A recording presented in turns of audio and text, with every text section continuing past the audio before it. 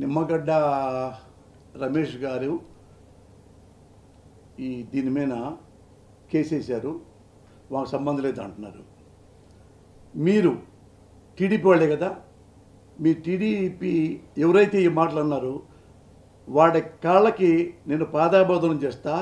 ఆ నిమ్మగడ్డ అనేవాడు రోడ్డు మీద తీసుకొచ్చి చెప్పుతో కొట్టండి, నేను నమ్ముతా. ఎస్, నేను నమ్ముతా. నేను నమ్మటం కాదు, జై చంద్రబాబు అంట, జై చంద్రబాబు అంట. తీసుకొస్తారా వాడిని? చెప్పుతో కొట్టిస్తారా? ఎంత ఏదో పని చేసినందుకు, ఎంతమందిని చంపినందుకు. ఎవరనుకున్నావు? ఆడేది ఒకడు, ఆడించేది ఒకడు. వీడు ఆడేవాడు, ఆడించేవాడు.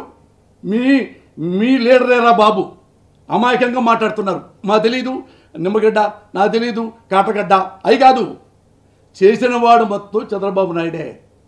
చంద్రబాబు నాయుడు కంటే కంత్రివాడు ఉన్నాడా ఆంధ్ర దేశంలో? ఇండియాలో ఉన్నాడా? ఇండియాలో ఉన్నాడా?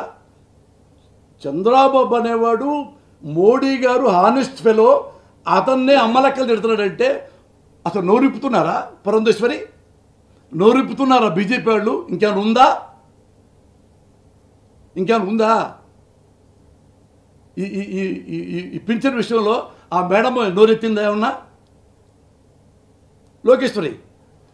లోకేశ్వరితో పాటు ఉన్నప్పుడు బీజేపీ ఉంది కదా, అది రియల్ బీజేపీ కాదు. రియల్ బీజేపీ మహానుభావులు ఉన్నారు. ఎక్కడో జనశేఖర్ నుంచి, ఎక్కడో ఆర్ఎస్ఎస్ నుంచి, ఎక్కడో శ్యామా ముఖర్జీ దగ్గర నుంచి, ఎక్కడెక్కడో నుంచి, 2 వాజ్పేయి నుంచి, అద్వానీ నుంచి, ఇద్దరే దేశమంతా తిరిగి, ఇద్దరే 2 ఎంపీలు. ఒకటి ఆంధ్రప్రదేశ్లో హనుమకొండ ఎక్కడో ఎంపీ గెలిచారు, యూపీలో ఒక ఎంపీ గెలిచారు, 2 గెలిచారు బీజేపీ. ఆ 2తో ఈరోజు భారతదేశానికి ఆస్తి ఏదంటే బీజేపీ అన్నంత గొప్పగా దీన్ని చేశారు. దీనికి మన ఆంధ్రలో ఉన్న బీజేపీ ఒకటి కాదు, ఒకటి కానే కాదయ్యా. ఇది చంద్రబాబు బీజేపీ, ఇది పురంధేశ్వరి బీజేపీ. లేకపోతే ఇంత గ్రేట్ హానెస్ట్ ఫెలోస్ ఉన్నారు వర్కర్స్గా. సోము వీర్రాజు గారు, జీవీఎల్ గారు ఎంత గ్రేట్ అనేవారు తెలుసా? మధ్యప్రదేశ్ పెద్ద మంచి రాష్ట్ర ప్రభుత్వ సలహాదారుడు. ఎన్నెన్ని గొప్ప పదవులు ఆయనకి, ఎంతెంత గొప్ప మనిషి. ఎప్పుడు కనపడతాడు ఆ నేషనల్ టీవీస్లో, రిపబ్లిక్ ఛానల్లో, టైమ్స్ నవ్లో కనపడి పెద్ద అన్నీ ఎప్పుడో హుందాగా ఓన్లీ పార్టీనే మంచిగా తీసుకొచ్చేలాగా, ప్రజలకు మేలు చేసేలాగా గొప్ప మాటలు మాట్లాడడం, వరస్ట్ మాట్లాడడం జీవీఎల్. అలాగే సోము వీర్రాజు వీళ్ళు పక్కన పెట్టి, అలాగే విష్ణువర్ధన్ రెడ్డి, ఆయన ప్రాణం పోయినా సరే బీజేపీ అనే కార్యకర్త, ఇలాంటి వాళ్ళని పక్కన దోసి ఎవరో ఎమ్మెల్యే విజయవాడకి సుజనా చౌదరికి ఆర్ఎస్ఎస్ అంటే తెలుసా? స్పెల్లింగ్ తెలుసా? అది ఎవరు దాన్ని క్రియేట్ చేశారో తెలుసా? బీజేపీ సిద్ధాంతాలు తెలుసా? కనీసం ఎథిక్స్ తెలుసా? అతని మీద ఎన్ని కేసులు ఉన్నాయి? ఎంత దొంగ! అంత అర్జెంటుగా ఆ దొంగని, ఆ అవినీతిపరుడిని, కోర్టులో కేసులు ఉన్నవాడిని, ఫారిన్ బ్యాంకులు కూడా కేసులు వేసి అతని మీద, అతన్ని అంత అర్జెంటుగా ఎమ్మెల్యే చేస్తారా బీజేపీ తరఫున? ఎక్కడ జీబీఎల్, ఎక్కడ సుజనా చౌదరి, ఎక్కడ సోమా వీర్రాజు, ఎక్కడ సీఎం రమేష్ మీద ఎన్ని కేసులు ఉన్నాయి, ఎన్ని మోసాలు ఉన్నాయి, ఎంత దుర్మార్గుడు, ఎన్ని వందల వేల కోట్లు సంపాదించాడు. అతనికి సోమవారాజును పక్కన పడేసి సీఎం రమేష్గా ఇది టీడీపీ వాడికి. ఇప్పుడు శ్రీలత టీడీపీ వాడే, నామకే వస్తే బీజేపీ. ఇతను సుజనా చౌదరా ఎప్పుడైనా ప్రజాసేవ వాడు తెలుసు ఆయనకి? అతను తీసుకొచ్చి విజయవాడలో పడేసేసి తీసుకొచ్చాడా చిన్నగా, జూనియర్ గాంధీ లాగా. ఎవరు? పురంధేశ్వరి అమ్మ. మనోడు మన మరిది తాలూకా, ఏమైనా చేస్తాడు. He can do anything for us. ఒకటే మనం అనుకోవాలి ఈ పురంధేశ్వరి మేడం గురించి. ఈ చంద్రబాబు నీ బంధువే మోడీ గారిని హీనంగా మాట్లాడి, మోడీ భార్యని హీనంగా మాట్లాడి, మోడీ నీకు పెళ్ళాం లేదు, మోడీ నీ కొడుకు లేదు, నాకు పెళ్ళాం ఉంది, నాకు మొడుగు ఉంది, నా కొడుకున్నాడు.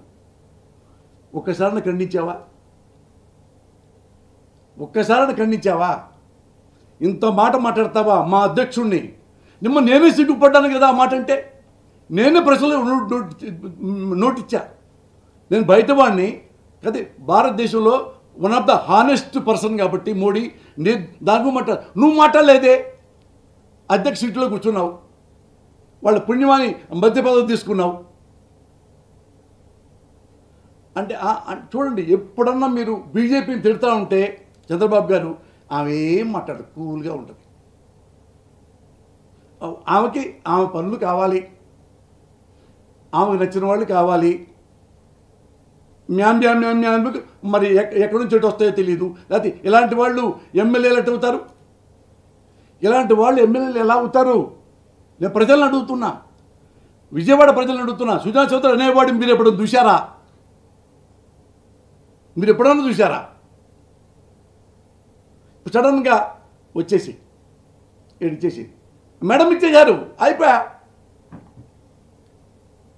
సీఎం రమేష్ హానెస్ట్ ఫెలోనా? ఇద్దరిని తీసుకురండి.